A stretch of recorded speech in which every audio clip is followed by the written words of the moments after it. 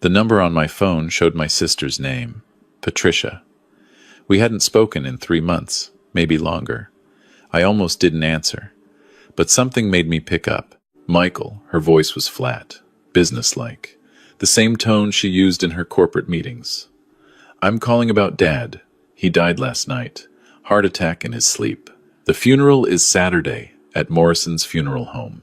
I've already contacted buyers for the diners. He left everything to me in his will. You won't be getting anything. I thought you should know. The line went dead before I could respond. I sat there in my workshop, wrench still in my hand, and I smiled. Actually smiled, because my sister had just made the biggest mistake of her life. You see, I'd just come from having breakfast with our father 2 hours ago. Let me back up. My name is Michael Patterson. I'm 62 years old. Been a mechanic in Millbrook, Pennsylvania my whole life. Same small town where I grew up, same streets I walked as a kid. Never felt the need to leave. My father, Frank Patterson, he's 84 now, built Patterson's Diner from nothing back in 1975. Started with one location, on Main Street. By 1990, he had 3 diners across the county. Nothing fancy, just good, honest food, the kind that brings people back for 50 years. I visited Dad 4 times a week, sometimes more. Every Tuesday and Thursday morning before work, I'd stop by the original diner on Main Street. He still went in most days, couldn't stay away. We'd sit in his corner booth, the one with the torn red vinyl he refused to replace because it's got character. I'd have coffee and eggs. He'd have oatmeal and criticize how the new cook made the hash browns, even though he'd trained that cook himself. Saturday afternoons, I'd drive out to his house. We'd watch baseball. During commercials, he'd tell me the same stories about starting the diner. How Mom helped him paint the walls that first week. How they almost went under in '76 during the recession. How the whole town showed up on opening night and stayed until midnight. I never got tired of hearing them. My sister Patricia, she left Millbrook in 1999, got accepted to some business school in New York, came back for Christmas that year, then barely visited after that. Maybe once every 2 or 3 years. She climbed the corporate ladder, became some kind of executive consultant, made good money, from what Dad said. He was proud of her, showed everyone the article about her in that business magazine. But here's the thing about Dad. He never asked either of us for anything. Never played favorites. When Patricia sent him expensive gifts on his birthday, fancy watches he'd never wear, he'd thank her genuinely. When I showed up with a 6-pack and helped him fix the leaky sink in diner number 2, he thanked me the same way. I never thought about inheritance. Never crossed my mind. The diners were Dad's legacy, and honestly, I figured Patricia deserved them. She was the business mind. I was just a mechanic who liked helping out. But that phone call, that changed everything. I set down my wrench and pulled up the number for Millbrook General Hospital. My hands weren't shaking, not yet. Part of me thought maybe there was some terrible mix-up. Maybe Patricia got bad information. Millbrook General, how may I direct your call? Yes, I'm calling about a patient. Frank Patterson. He would have been brought in last night? Cardiac arrest? Keyboard clicking. A pause. I'm sorry, sir. I don't see any record of a Frank Patterson being admitted. Are you sure it was Millbrook General? Could you check the morgue? More clicking. Longer pause. No, sir. No Frank Patterson anywhere in our system from the last 72 hours. I thanked her and hung up. My chest felt tight, but not from grief.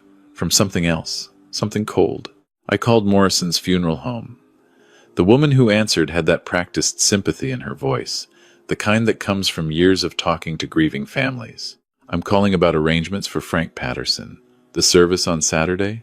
One moment, please. Papers rustling. I'm sorry, we don't have any services scheduled for a Frank Patterson. Who made the arrangements? My sister, Patricia Patterson. She called this morning. Let me check our recent inquiries. More rustling. No, I don't see any contact from a Patricia Patterson either. Are you certain about the funeral home? I hung up without answering. That's when my hands started shaking. I tried Dad's cell phone, straight to voicemail, but that wasn't unusual. He forgot to charge it half the time. I called the main diner. Jerry, The manager picked up on the third ring. Patterson's. This is Jerry. Jerry? It's Michael. Is my dad there? Nah, man. Haven't seen him today. Usually comes in by noon on Tuesdays, but not yet. You want me to have him call you? No, that's okay. Thanks. I sat there in my workshop, surrounded by half-assembled engines and the smell of motor oil. The fluorescent lights hummed. Outside, Mrs. Chen was walking her dog past my garage. Same as every Tuesday afternoon. Everything was normal, except nothing was normal. Patricia said Dad was dead, but the hospital had no record. The funeral home had no record. And I'd just had breakfast with him that morning. He'd complained about his knee bothering him, showed me pictures on his phone that a customer had sent him, some family who'd been coming to the diner for 3 generations. He was planning to try a new recipe for meatloaf next week. That was 2 hours ago, 2 hours before my sister called to say he was dead. I grabbed my keys and drove to Dad's house. 15-minute drive through town, past the high school where Patricia had been valedictorian, past the Texaco where I bought my first car at 16. His house sat at the end of Maple Street, the same house we grew up in. The porch light was on, even though it was barely 3 in the afternoon. Dad always forgot to turn it off. His truck was in the driveway. I knocked. No answer. I had a key, but hesitated. What if I was wrong? What if something had happened after breakfast? What if I walked in and found him? The door opened before I could decide. Dad stood there in his cardigan and slippers, reading glasses pushed up on his forehead, holding a newspaper. He looked at me with mild surprise. Michael? Twice in one day? What's the occasion? The relief hit me so hard, I had to grab the door frame. Dad. Jesus. You're okay. Well, of course I'm okay. Little tired maybe, but okay. What's wrong? You look like you've seen a ghost. Can I come in? He stepped aside, concern creasing his face now. We sat in his living room, the same brown couch from 1983. The same coffee table with the water ring from where I'd set down a glass without a coaster when I was 12, and Mom had scolded me. I told him about Patricia's call, watched his face change from confusion to something harder. Anger, maybe, or disappointment. With Dad, it was hard to tell the difference. She said I was dead. Yes. And that she's selling the diners. Yes. He was quiet for a long time. The grandfather clock in the corner ticked. Outside, somebody's lawnmower started up. I need to tell you something, Dad said finally. About 3 weeks ago, Patricia called me, asked about my will, wanted to know what I'd left to who. I told her the truth. I'd divided everything equally between you two. The diners, the house, my savings, 50-50. He paused, rubbed his jaw. She didn't take it well. Started talking about how she deserved more because she'd gone to college, because she'd made something of herself. Said you'd just wasted your life as a mechanic in a nowhere town. I told her that was enough, that I didn't want to hear that about my son. She hung up on me. Haven't heard from her since. Until today, I said. Until today. He stood up, walked to the window. Michael, if she's telling people I'm dead, if she's trying to sell the diners, that means she's planning something bad. We need to call the police. And tell them what? That my daughter called you to say I was dead, but I'm sitting here breathing? They'll think it's a family dispute. We need proof of what she's planning. He was right, of course. Dad had always been sharper than people gave him credit for. Hadn't built 3 successful diners by being naive. I know someone who might help, I said. Robert Chen. You remember him? He's a lawyer now. Elder law, estate planning. His family used to come to the diner every Sunday after church. Dad nodded slowly. Little Bobby Chen. Good kid. Smart. Yeah, call him. I got Robert on the phone within an hour. We met at his office downtown, a small place above the old movie theater. Robert was 40 now, had his father's kind eyes and his mother's sharp mind. He listened to the whole story without interrupting, making notes on a legal pad. This is serious, Robert said when I finished. If Patricia is claiming Frank is dead to access his estate, that's fraud. If she's forging documents, that's multiple felonies. But Michael's right, Frank. We need evidence. Right now, it's your word against hers. What do you suggest? Dad asked. Robert tapped his pen against the pad. Has Patricia visited you recently? In person? No. Last time I saw her was Christmas, year before last. Phone calls? Just that one 3 weeks ago about the will. Robert leaned forward. Here's what I think is happening. Patricia needs you to actually be dead, or at least appear dead, to claim the inheritance. The fact that she called Michael suggests she's setting up a story, but she can't just forge a death certificate too easy to verify. So either she's going to try to fake your death somehow, or, he paused, or she's planning to actually harm you and make it look natural. The room went cold. You think my daughter would try to kill me? Dad's voice was flat. I think your daughter wants your money and is willing to commit fraud to get it. The question is how far she'll go. Dad stood up, walked to the window, looked out at Main Street, at the diner visible 2 blocks down. His diner, his legacy. What do we do? Robert pulled out his phone. I have a friend in the state police, Detective Sarah Morrison. She specializes in financial crimes against the elderly. With your permission, I'd like to bring her in, quietly. See what she recommends. Dad nodded. Do it. Detective Morrison met us at Dad's house that evening. She was in her mid-40s, carried herself like someone who'd seen too much but still cared anyway. She recorded Dad's statement, listened to the call I'd received from Patricia, took notes. Mr. Patterson, she said, I'm going to be direct with you. If your daughter is planning what we think she's planning, we need to catch her in the act. That means using you as bait. I don't like it, but it's the only way to build a case that'll hold up. What do you need me to do? First, we need you somewhere safe. Somewhere she can't reach you. Do you have somewhere you can stay? Off the record? I spoke up. He can stay at my place. I have a spare room. Patricia doesn't know my address. I moved 5 years ago. Good. Second, we need to see if she makes contact. If she tries to visit, if she sends someone, we'll set up surveillance at this house. Cameras, everything. If she shows up and attempts anything, we'll have evidence. Dad looked at me. What about the diners? Jerry can handle them, I said. He's been your manager for 15 years, and I can check in, make sure everything's running. One more thing, Detective Morrison said. We need to monitor your accounts. If Patricia tries to access your bank accounts, your property deeds, anything, we'll know. Are you willing to let us set that up? Whatever it takes. We moved Dad to my place that night. He packed a small bag, moving slowly through his house like he was saying goodbye. Touched the mantel where Mom's picture sat. Ran his hand along the kitchen counter where she used to make Sunday pot roast. I waited in the doorway, giving him space. Okay, he said finally. Let's go. The next 3 days were the longest of my life. Dad stayed in my spare room, watched TV, read his mystery novels. I went to work at the garage, checked on the diners, kept everything normal. Detective Morrison installed cameras at Dad's house. Robert monitored Dad's bank accounts for any unauthorized access. Nothing happened. No sign of Patricia. No activity on the accounts. No calls. No visitors. Nothing. Maybe she changed her mind, Dad said on the 3rd night. We were eating dinner at my kitchen table, Chinese takeout from the place on 5th Street. Maybe, I said, but I didn't believe it. My phone rang. Patricia. I looked at Dad. He nodded. Detective Morrison had set up recording equipment on my phone. Everything would be captured. I answered. Hello? Michael. Patricia's voice was different now, warmer, almost friendly. I wanted to apologize for the other day. I was in shock about Dad, and I shouldn't have been so blunt. I know this must be hard for you too. It's been difficult, I said carefully.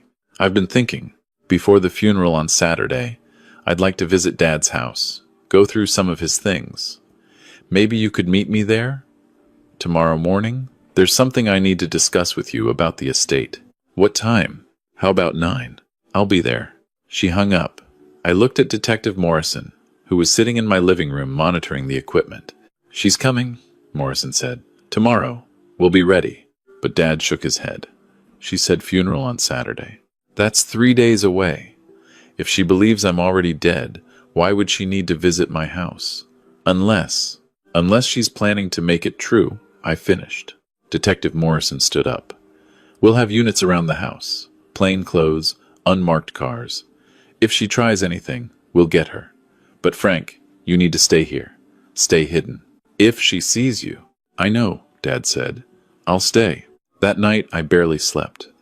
Kept thinking about Patricia, my big sister, the girl who'd taught me to ride a bike, who'd scared off bullies when I was in 3rd grade, who'd helped me with my college applications even though I never ended up going. When had she changed? Or had she always been this way and I'd just never seen it? 9 a.m. the next morning, I pulled up to Dad's house. Patricia's rental car was already there, a black Lexus with New York plates. I sat in my truck for a moment, steadying myself. The wire I was wearing itched against my chest. Detective Morrison's voice came through the tiny earpiece.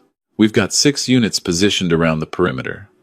We can see the front door, the back door, all windows. You're covered. Go ahead. I walked up to the house. The door was unlocked. I pushed it open. Patricia? In the kitchen. She was standing by the counter, wearing an expensive-looking black suit. Her hair was perfect, makeup flawless. She looked exactly like the woman from that business magazine article. Successful, put together. Nothing like the small-town girl who used to sneak me cookies before dinner. Michael, thank you for coming. She smiled, but it didn't reach her eyes. I wanted to talk to you about Dad's estate. I know I said you weren't getting anything, but I've reconsidered. You were good to him at the end. That should count for something. At the end, his last few months. I know you visited him regularly. I kept my face neutral. Where did Dad die, Patricia? You said heart attack in his sleep. But which hospital took him? She blinked. Millbrook General. I called them. They have no record of him. Well, it was late at night. Maybe they haven't processed the paperwork yet. And Morrison's funeral home? I called them too. Her smile faded. Why are you calling around about this? Because I had breakfast with Dad on Tuesday morning, 2 hours before you called to tell me he was dead. The mask dropped. What replaced it was colder than I'd expected. She reached into her purse. For a moment, I thought gun, and my whole body tensed. But she pulled out a document instead. This is Dad's will, she said, updated last month. Everything goes to me. He had second thoughts about splitting it 50-50. Realized I was the one who'd actually made something of my life. That's a forgery. Prove it. I don't have to. Robert Chen has Dad's actual will.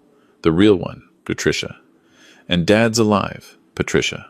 Whatever you're planning, it's not going to work. She stared at me.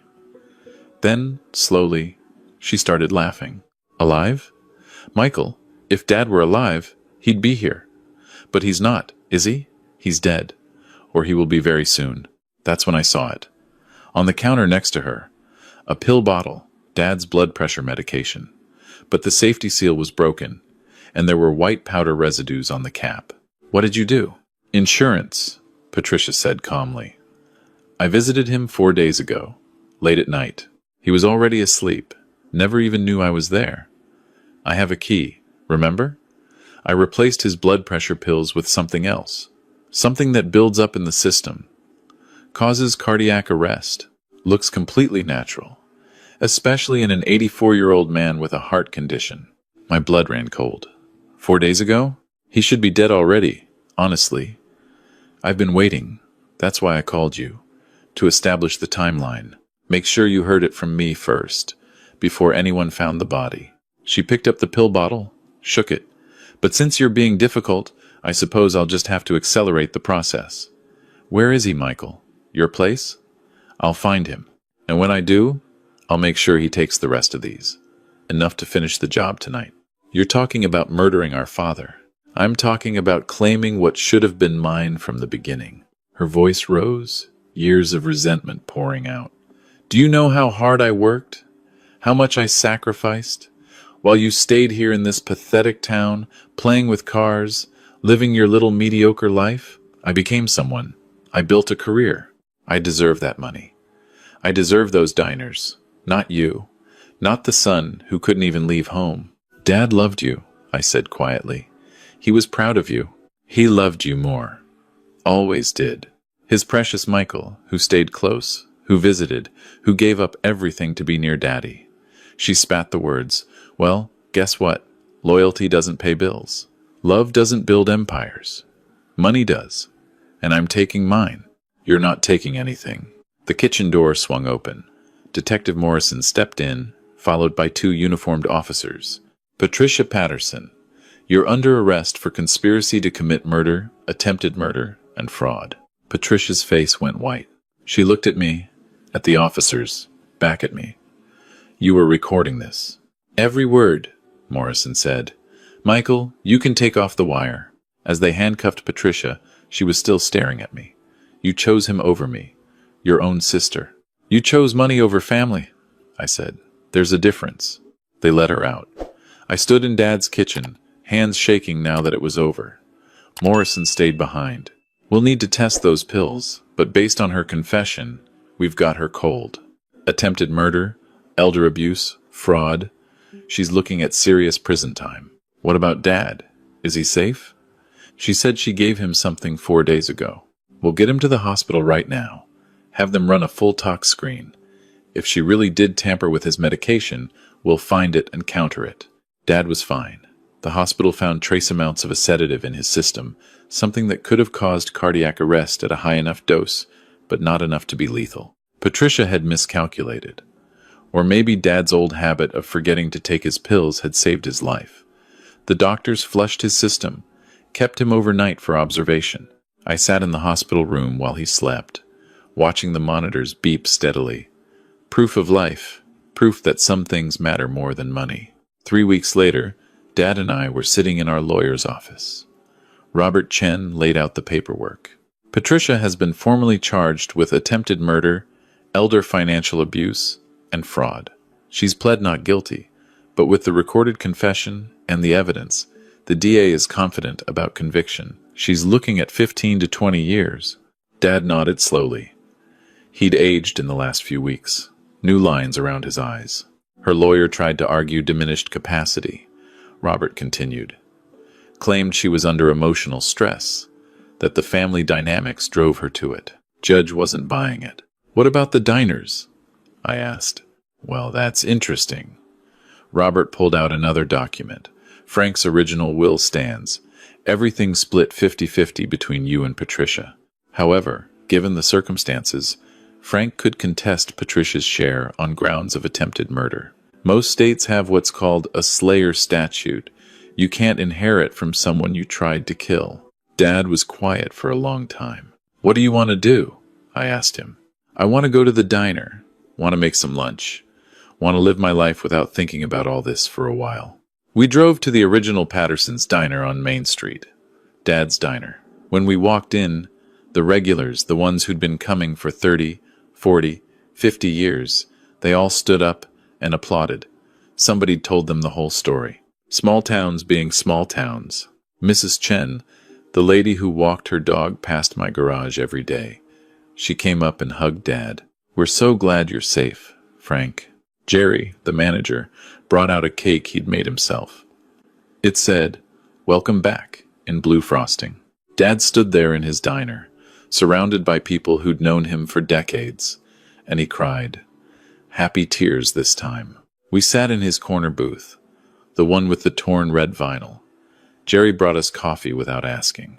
Dad looked around at the walls, at the black and white photos of the town from 50 years ago, at the old jukebox in the corner that still played actual vinyl. You know what the hardest part is?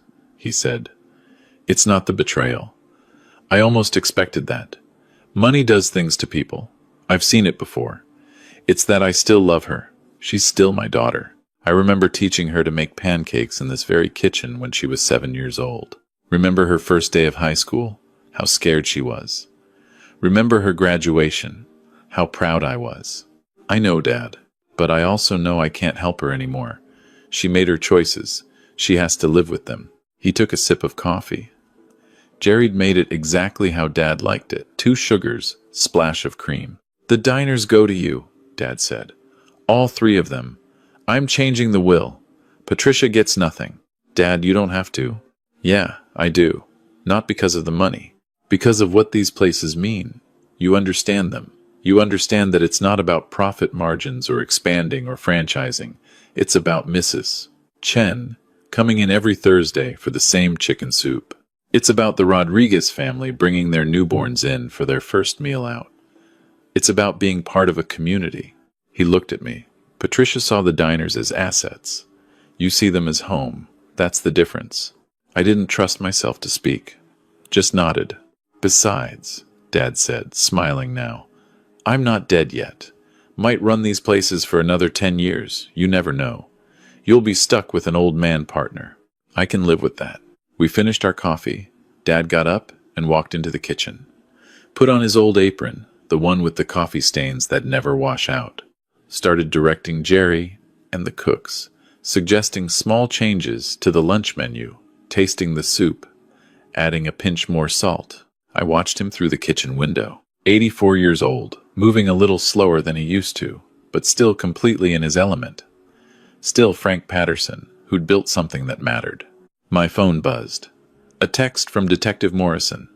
Trial date set for October. We'll need you both to testify. How's Frank doing?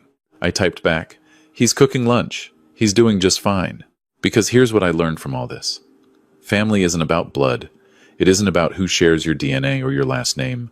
It's not about inheritance or estates or who gets what when someone dies. Family is about who shows up, who sits in hospital rooms, who listens to the same stories for the 40th time and still laughs at the punchlines, who helps fix leaky sinks and who shares quiet breakfasts in corner booths with torn red vinyl. Family is my father in his kitchen, teaching me the secret to his meatloaf recipe even though he knows I'll never make it as good as him. It's Mrs. Chen walking her dog past my garage and waving every single day. It's Jerry making a welcome back cake because he genuinely cares. Patricia chose money. I get that now. I understand it, even if I don't agree with it. She measured her worth in dollars and her success in distance from this town. And maybe from where she's standing, locked in a cell waiting for trial, maybe it still makes sense to her. But I measured my worth in moments. In Tuesday morning breakfasts and Saturday afternoon baseball games. In knowing that when my father needed someone, I was there, and when I needed him, he was there too. The trial came and went. Patricia was convicted on all counts. 15 years, eligible for parole in 10. I visited her once, before they transferred her to the state facility. We sat across from each other in a gray room, separated by plexiglass, talking through phones. She didn't apologize. I didn't expect her to. You won, she said. Hope you're happy. This wasn't about winning, Patricia. Everything's about winning. You just don't see it yet. Maybe she was right. Maybe I didn't see it. Or maybe I just saw something different. I inherited the diners 6 months later, when Dad decided to officially retire. He stayed on as a consultant, came in 3 days a week to boss everyone around and sample the food. The town threw him a retirement party that lasted until 2 in the morning. They gave him a plaque that now hangs in the original diner. Frank Patterson, 50 years of feeding this town and our souls. I kept everything exactly the same. Same menu, same recipes, same torn red vinyl in the corner booth. Because some legacies aren't meant to be changed or improved or modernized. They're meant to be preserved and honored and passed on. And on Tuesday and Thursday mornings, Dad and I still have breakfast together in that corner booth. We drink coffee, eat eggs, and talk about the same old stories. About Mom painting the walls. About almost going under in '76. About the town showing up on opening night. I never get tired of hearing them, because that's what family does. We show up, we listen, we remember. And when someone tries to take it all away, we fight for what matters. Not for money, not for property, not for inheritance, for the love that made it all mean something.